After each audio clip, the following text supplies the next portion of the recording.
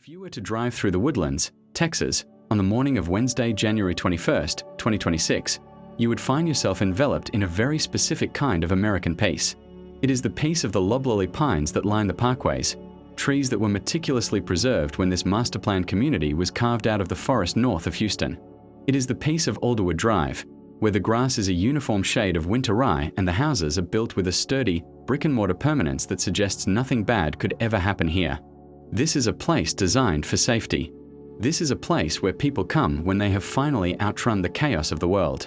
But at 8:42 a.m. that Wednesday, the peace on Alderwood Drive was artificial.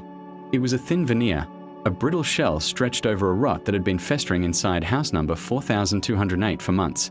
Inside that home, 46-year-old Sarah Miller was likely engaged in the quiet rituals of a successful life. Perhaps she was checking her calendar for the next board meeting of the local art charity. Or maybe she was just enjoying the stillness of a house that felt secure. Upstairs, her 16-year-old daughter, Mia, was tucked away in her bedroom, her face illuminated by the glow of a laptop as she navigated the digital halls of her AP history class. In the eyes of the world, and in the eyes of his own family, 48-year-old Arthur Miller was at work. He was supposed to be in his glass-walled office in downtown Houston, overseeing the blueprints of the future. He was an architect, after all. He was a man who understood foundations. He was a man who understood how to build things that lasted. But Arthur Miller wasn't at work, he was home. And he was standing in his study, looking at a stack of papers that represented the total collapse of his reality. The silence was broken at 8:55 a.m. It wasn't a loud, cinematic explosion. It was a series of sharp, mechanical pops, sounds that, to a neighbor, might have been mistaken for a nail gun or a car backfiring. But in the context of Alderwood Drive, those sounds were a death knell. Within minutes, the suburban sanctuary would be swarmed by black and whites, the pine trees would be reflected in the flashing blue and red of emergency lights, and the Miller family would become the centerpiece of a tragedy that defines the dark side of the American dream.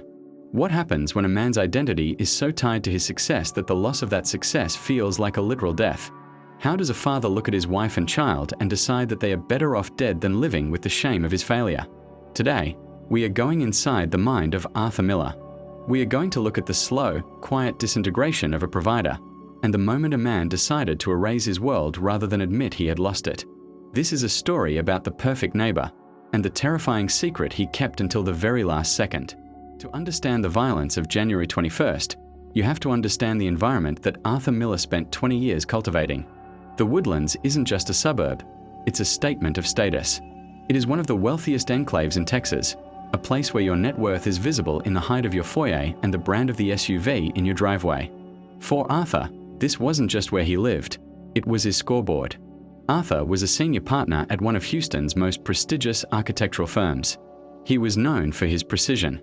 Colleagues describe him as the man with the invisible ruler. He was meticulous, cold in his professional calculations, but possessed a warmth in social settings that made him the life of every country club gala.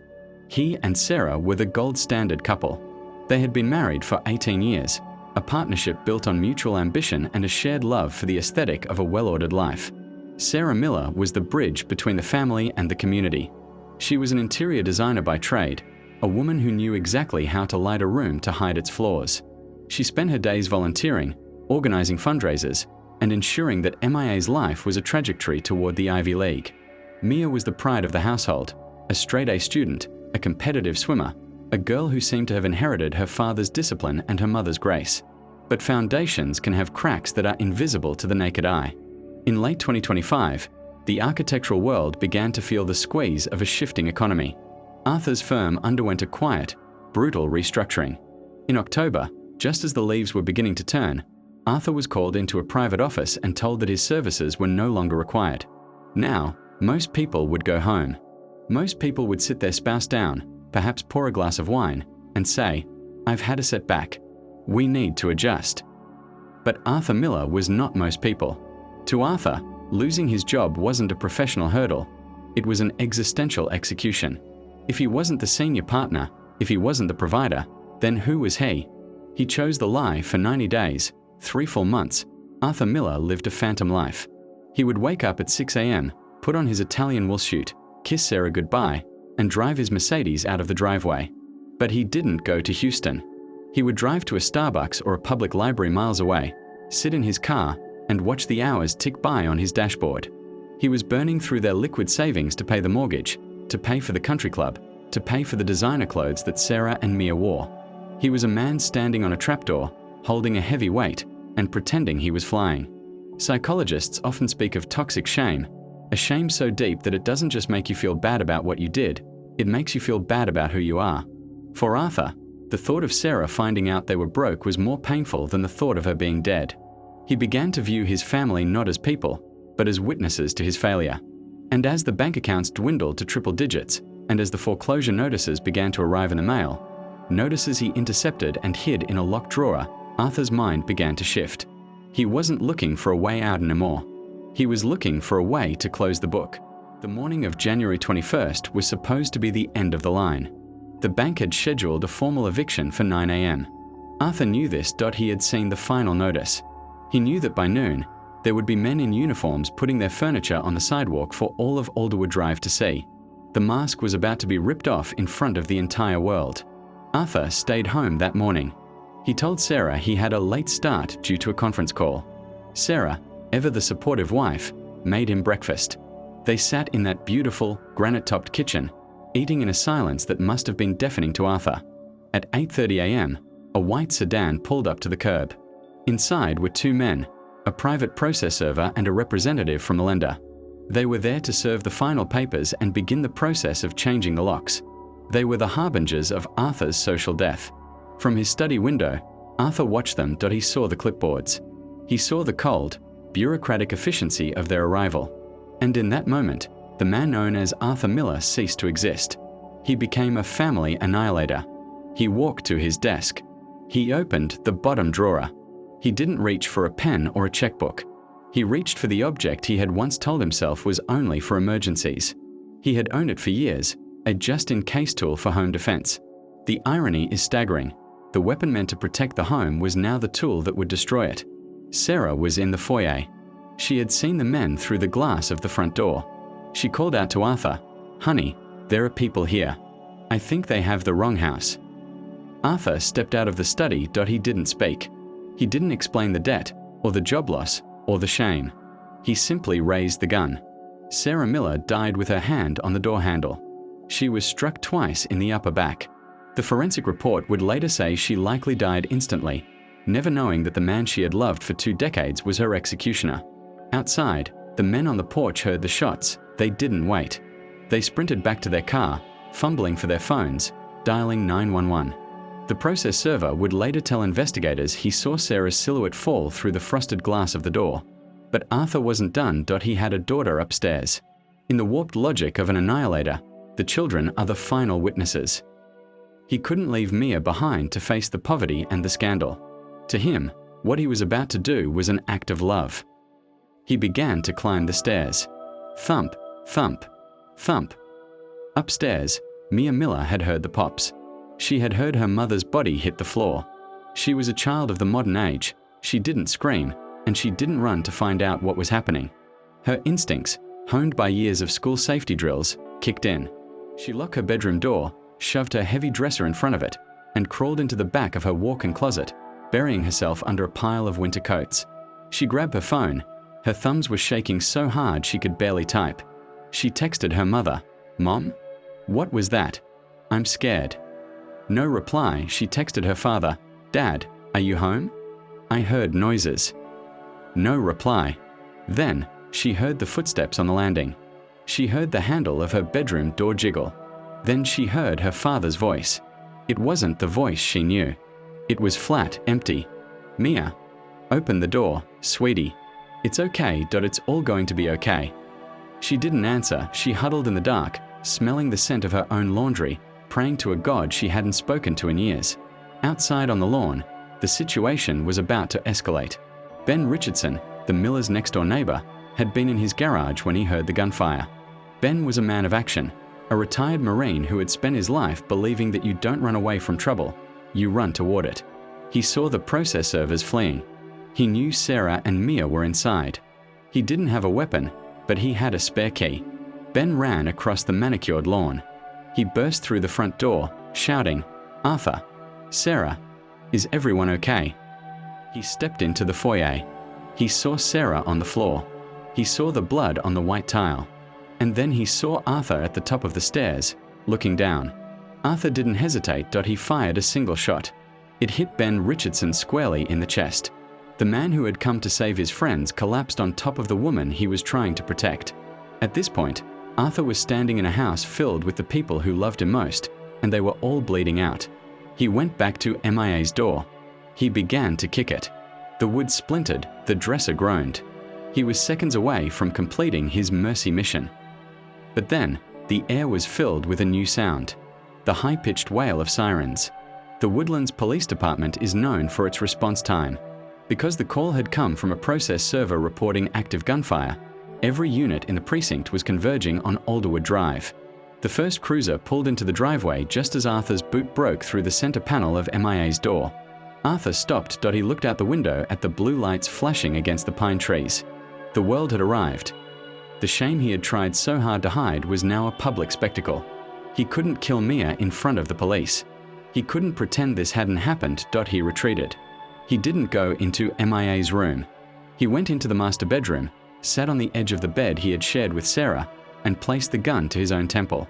For 45 minutes, the quiet crime became a national news story. SWAT teams took up positions in the neighbors' yards. Negotiators called Arthur's cell phone over and over. They could hear him breathing on the other end, but he wouldn't speak. He just sat there in the dark, surrounded by the physical evidence of a life he could no longer afford. Downstairs, the tactical team made their move. They breached the house at 9:55 a.m. They found Ben Richardson, still clinging to life. They found Sarah. And they found Mia, still hiding in the closet, so traumatized she couldn't even speak when the officers pulled her out. They found Arthur in the bedroom. He hadn't pulled the trigger on himself.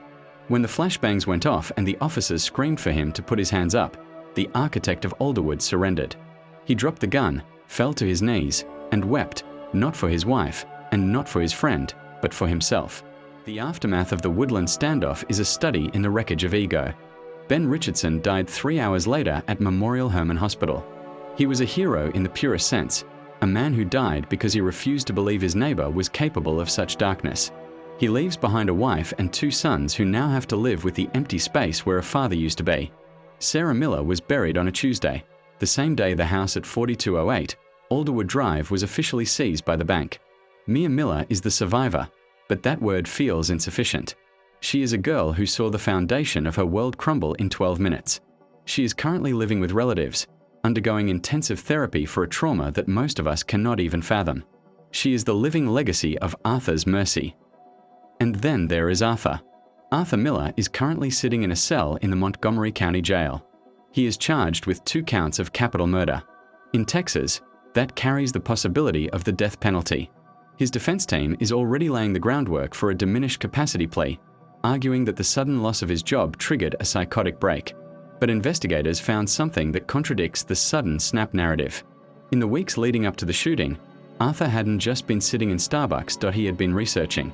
His browser history showed searches for how to make a murder look like a home invasion, life insurance payouts for homicide, and is it painful to die from a 9mm? This wasn't a snap. It was a design.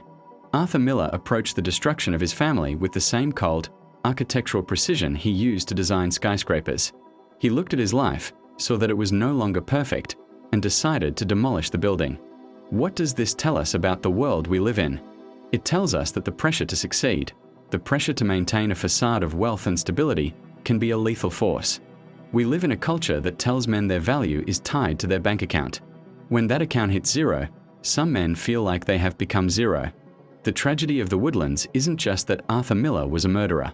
It's that he was a man who believed his family's love was conditional on his paycheck. He killed them because he was too proud to be poor. He killed them because he was too cowardly to be seen as a failure. As you look at the houses in your own neighborhood, the ones with the high fences and the perfect lawns, remember the Millers. Remember that behind every perfect door, there is a human being struggling with the weight of expectation. The next time you see a neighbor who seems a little too quiet, or a friend who is working a little too hard to stay upbeat, check in. Don't ask about their job or their car, ask about their heart. Because the silence of Alderwood Drive is a silence that none of us can afford to keep. Today, the house at 4208, Alderwood Drive is empty. The bank has cleared out the furniture. The granite countertops where Sarah made breakfast are cold and bare. The pine trees still sway in the wind, and the birds still chirp at 8:42 in the morning. To a stranger driving by, it looks like any other house in the Woodlands. But the neighbors know. They walk a little faster when they pass the Miller driveway. They look at their own spouses and wonder, how much of our life is real? How much of it is a mask? Arthur Miller wanted to be remembered as a success. Instead, he will be remembered as a warning. He wanted to protect his image, but he ended up creating an image of horror that will never be erased.